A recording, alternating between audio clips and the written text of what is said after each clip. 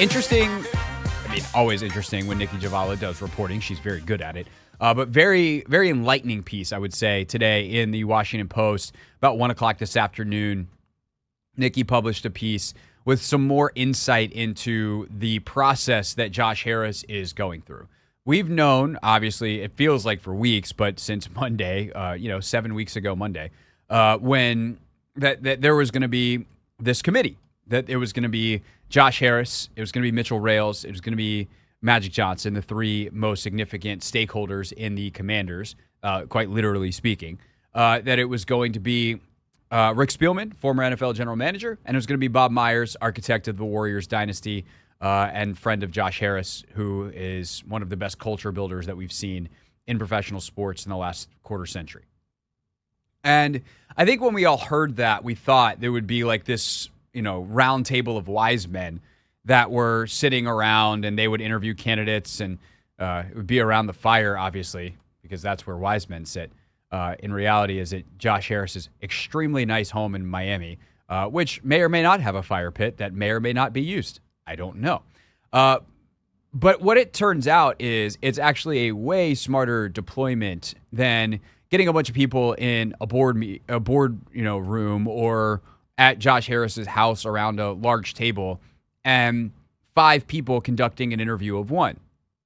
That is one way to do it, and considering the group of people, it would probably yield pretty solid results. But what they're doing is actually way better, which is to split these people into different groups and have them all interview the candidates separately. Now, why is this important, and why is the grouping important? You're trying to figure out different things from different people, right? Josh Harris kind of is over everything. Bob Myers' job is to see what is this person's thought, or what are these people's thoughts on culture and organization building. Though that, to me, based off Bob's resume, is what he is most qualified to look at. Is how do you view culture and culture building, and how do you view organizational communications and organizational structure? Like, if you're in charge of the front office, the thing that I used to be in the NBA, what people do you want working for you, with you, beside you, under you, and what do you want from ownership? How do you manage up? And what they've done is said, okay, Bob Myers, you're going to sit with Josh Harris and conduct that interview, because I think they view what Bob brings as maybe the most important piece. And so Josh wants to be in the room to hear the answers for himself. I think that's great. I think that's smart. The other person that they met in the first round of interviews was Rick Spielman, who his sole job, really, I mean, obviously he's got thoughts. These are all multifaceted people, but to simplify it and boil it down, his responsibility is football. I want to know from Rick Spielman what he thinks about your thoughts as a candidate on where the NFL is schematically, personnel-wise, all of the football X's and O's things, and where it's going. Who are your connections in the league in terms of coaches? Who do you like? Why do you like them? Why do you think you can build with them? Do you think that the way you scout works with the way they coach? Do you think that the systems that they, your top choices, or maybe even our top choices, want to run, that you know how to scout for those systems? If you are an analytics person, how are you going to cover the scouting side of things? If you're a scouting person, how are you going to work with the analytics department? If you're a cap person, how do you work with both? And then obviously, how does cap fit on the other stuff? Like there's multiple prongs of a front office. How do you see them working together from the football side of it to make sure that you understand clearly, vision-wise, what do you bring football concentrated, right? That's Rick Spielman's part. But what I don't necessarily want is Bob Myers or Josh Harris interjecting their football thoughts into that conversation. And so what did they do? They separated it out because, I think it's a lot easier if, say, they're all in that room together and Rick's asking football questions and, the football guy's giving football answers. And if I'm in that room and I'm Josh Harris and I've been around the NFL up close for 5.5 months, I've watched football my whole life. If I'm Bob Myers and I've been around the San Francisco 49ers a bunch, which apparently he was out in San Fran, I don't want they say something that I like that Rick Spielman doesn't like. I hired Rick to be the football guy. So let him do the football stuff. If you wanted more football people and different football opinions, they should have hired more football people to be in those rooms. And by the way, the hope is to hire Ian Cunningham or Adam Peters at this point, as they remain the final two candidates, and have them be in the room for that part of it when you hire the head coach, which, by the way, is way more important on the football stuff. The X's and O's becomes way more important the closer you get to the field. Really, the general manager's job, or the vice president, or whatever the hell position they get, their job is to find the players to fit the vision of the coach. The coach sets the vision.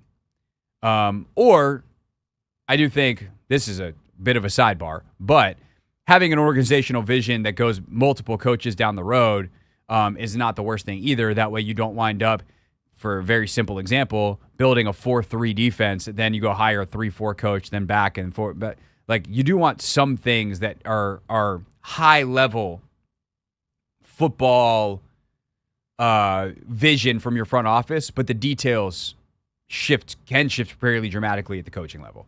So that's the next step. Then the last part of your search committee is actually the part that's interviewing the finalists. Okay, you've come out of those interviews, and if you're Ian Cunningham and you're Adam Peters, presumably you're the only people, like, you were the top candidates for both sides, right? So Myers and Harris do their interviews. They're like, yes. Spielman does his interviews. He's like, yes.